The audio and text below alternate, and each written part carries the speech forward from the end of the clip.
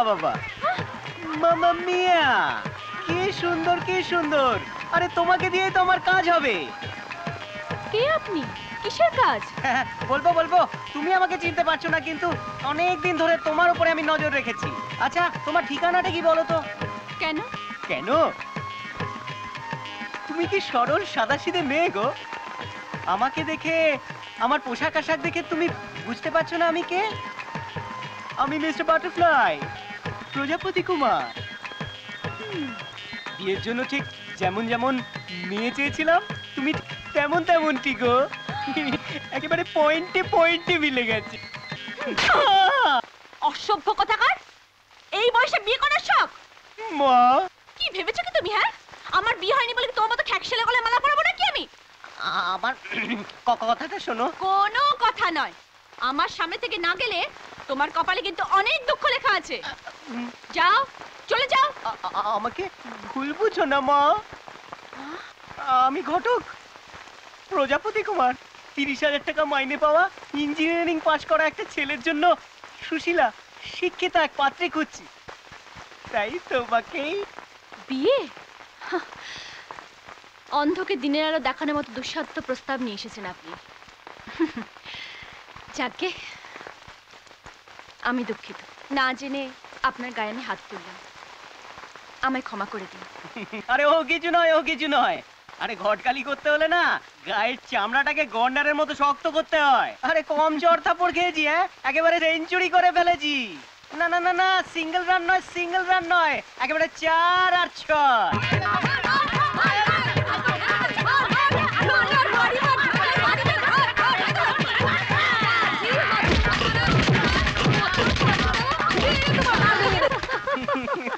শুধু কি তাই, ঘটকালি করতে গিয়ে কত জায়গায় জীবন নিয়ে একেবারে টানাটানি হয়েছে।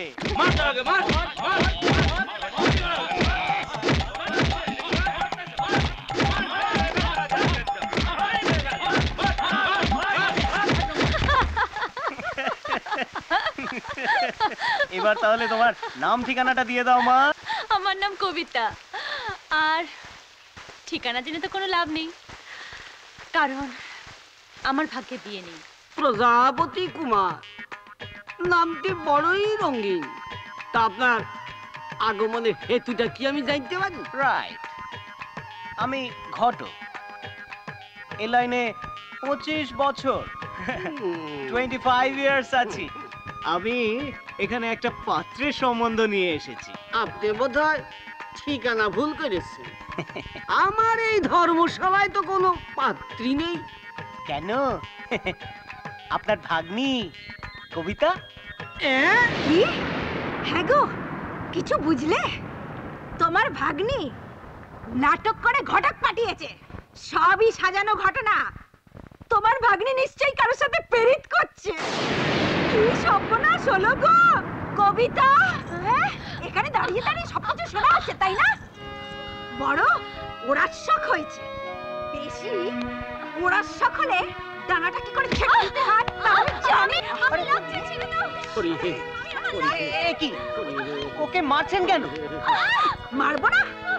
মা বাপ পড়া মেয়েটাকে খাইয়ে পড়িয়ে মানুষ করলাম সোনার ডিম দেবে বলে, আর এখন ওই স্কুলের মাইনেগুলো পীড়িতের নগরের হাতে তুলে দেবে, তা আমরা ছেড়ে দেবো?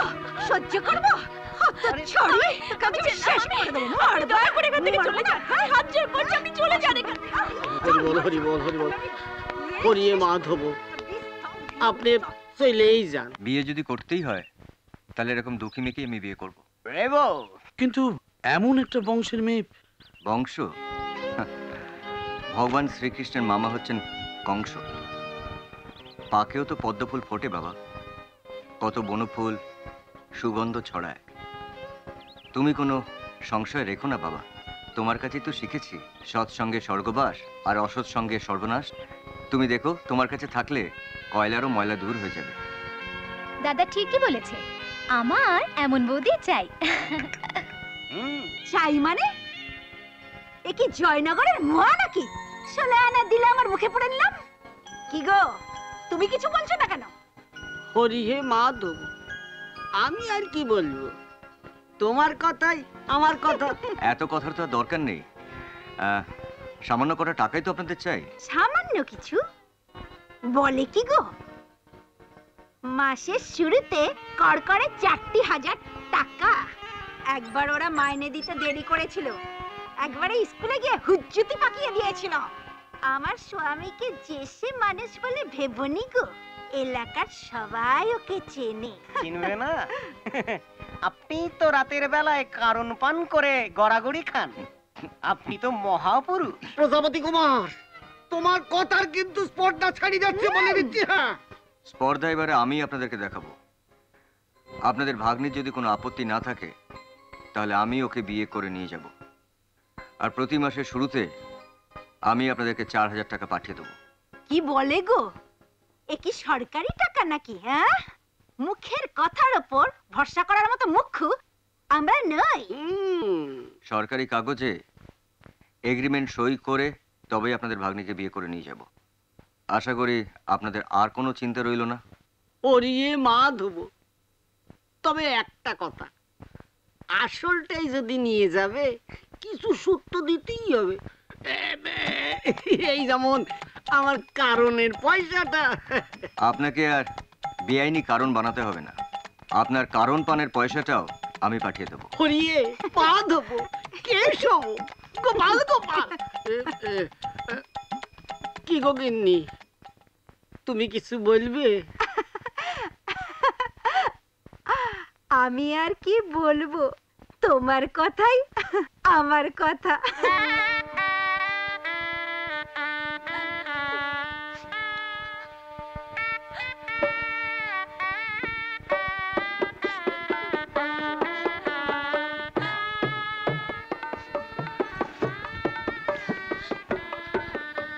আজকের এই শুভ দিনে তুমি কাঁদছো? আমাকে বিয়ে করে তুমি খুশি হয়েছো?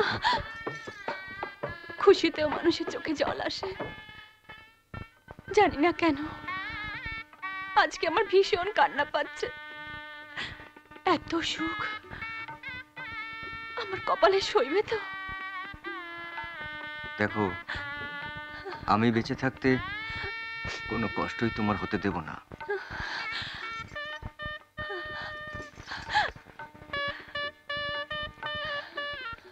এ কি, তুমি আবার কাঁদছো? আমার স্কুলের বাচ্চাগুলোর কথা খুব মনে পড়ছে। ওরা আমার ছাড়া একদিনও থাকতে পারতো না। আমাদের এই এলাকাতেও কত বাচ্চা আছে যারা পয়সার অভাবে শিক্ষার আলো দেখতে পায় না।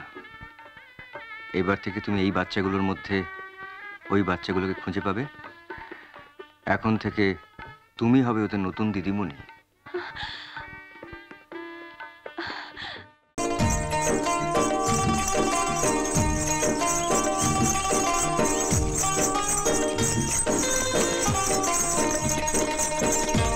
এই দাঁড়াও দাঁড়াও দাঁড়াও, ঘটো, এই ঘটো। আগে কথা বাবু, আমরা কত নম্বর পাত্রী দেখতে যাচ্ছি? তা নয় নয় করে 62 নম্বর। তা এর মধ্যে একটি মেয়েও তো আমার মতিনন্দীর পছন্দ হচ্ছে না। তাই এ মেয়েটি দেখতে কেমন? ওহ, কি হলো? আহা, আরে সেই তখন থেকে ও আহ, আমি জানতে চাই এই মেয়েটি কেমন? রূপে দুর্গা, গুণে সরস্বতী। বুঝলেন কত বাবু, আপনার নাতি মতির সঙ্গে এই মেয়েকে যে মানাবে না। বুঝলেন কত বাবু, এই যাবৎ প্রায় 350 ছেলে মেয়ের কপাল আমি পুড়িয়েছি, হ্যাঁ? এবার বিয়ে দিয়েছি, হ্যাঁ। কিন্তু এই রকম মেয়ে এই প্রথম। আপনার নাতি মতির পাশে ঠিক যেন হরগৌরী। ভালো, ভালো হলেই ভালো। তবে এই 62 নম্বরই ফাইনাল। আমার নাত বউ আমি ঘরে আনবই। আহ দাদু, আগে মেয়েকে তো দেখতে দাও। এই ঘটকের মুখের কথা শোনা আর মাংসের সাথে দুধ খাওয়া দুটোই সমান। ও কথা বলো না, আমার নাম মঙ্গল ঘটক। আমার একটা নাম আছে, জোড়া মেলানোর ব্যাপারে আমি কখনোই ফেল করি না। 61 জন পাত্রী দেখিয়ে ফেল করেও দাদুর কাছ থেকে অনেক টাকা ইনকাম করেছো। তুমি ভাবছো আমি কিছু জানি না? এরপর থেকে আমাকেও কমিশন দিতে হবে। কানাকানি বন্ধ করো। আমি বুঝে গেছি এই 62 নম্বরই ফাইনাল।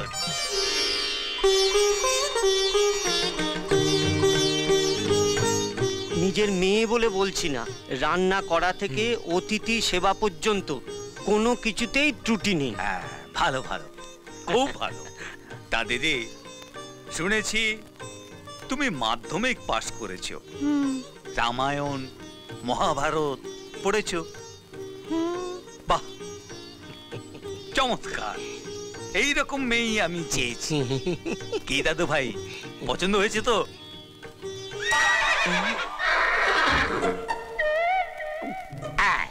নীরবতাই হলো সম্মতির লক্ষণ।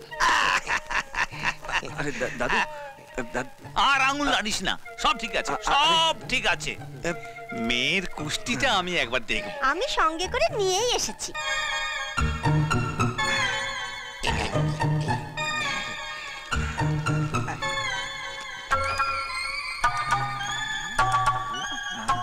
শনি নির্ঝঞ্ঝাট, বৃহস্পতি তুঙ্গে, মঙ্গলে অসুবিধা নেই, রাহু কেতু সব ঠিক আছে।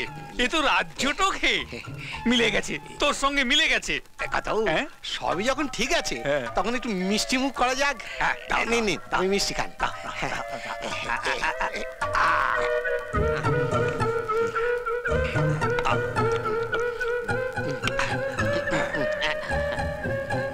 আচ্ছা, আজ তাহলে উঠি। একটা শুভ দিন দেখে আমি আপনাকে জানাবো। আচ্ছা, নমস্কার। নমস্কার। এসো, এই মঙ্গল ঘটক। বুঝলেন কত এতদিন পরে না বিড়ালের ভাগ্যে শিখেছিল, যাই বলেন।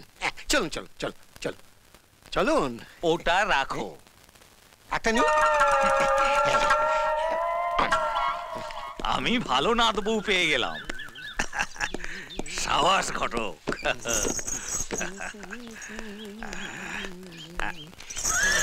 ধরে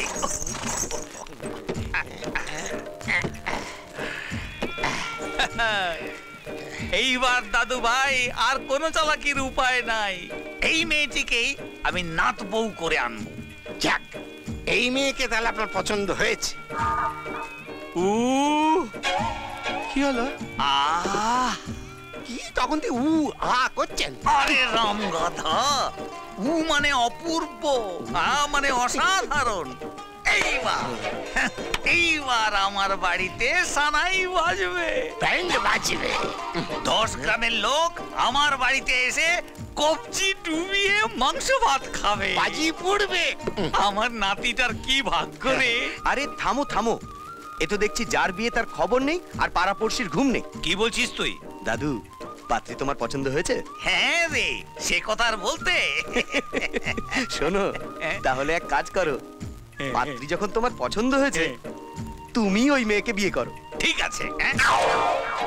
কি? হ্যাঁ, সবাই বলবে বৃদ্ধস্ব তরুণী ভার্যা। কিছু বুঝলে? এই ঘটক, এই আমার নয়, আমার দাদুর ছাতনা তলায় যাওয়ার ব্যবস্থা করো। বুঝেছি। 62 নম্বরও তোর পছন্দ নয়? না। বিয়ে না করার মতলব? আমার কিন্তু মাথা গরম হয়ে যাচ্ছে। নাম? আরে তুমি না, ওকে নেমে যেতে বলো। আরে নামছি নামছি, অত চেঁচাচ্ছ কেন? শোনো দাদু, তুমিও দেখে নিও, আমি আসমানি পরি ধরে নিয়ে আসবো। মুখে বড় বড় কথা, আসমানের পরি জোটাবেন? আরে আসমানের পরি তো দূরের কথা, তোর ভাগ্যে পেত্নিও জুটবে না। তুই বুড়ো খটাস হবি। শালা বুড়ো ভাম।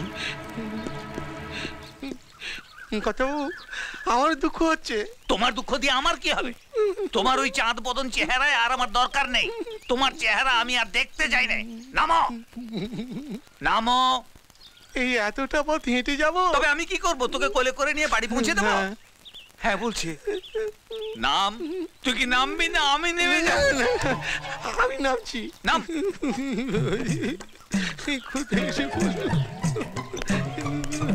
এই গাড়ি চালা।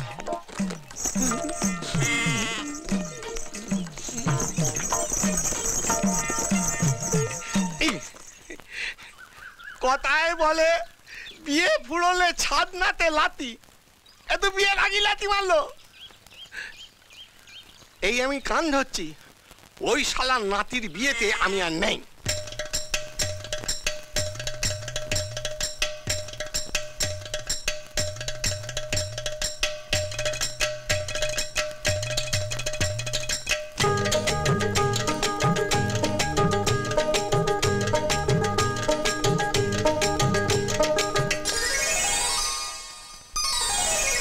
ময়না রে তোর লম্বা মাথার কেশ, চিরুল দাঁতে হাসি দিয়া পাগল করলি দেশ। ময়না রে ময়না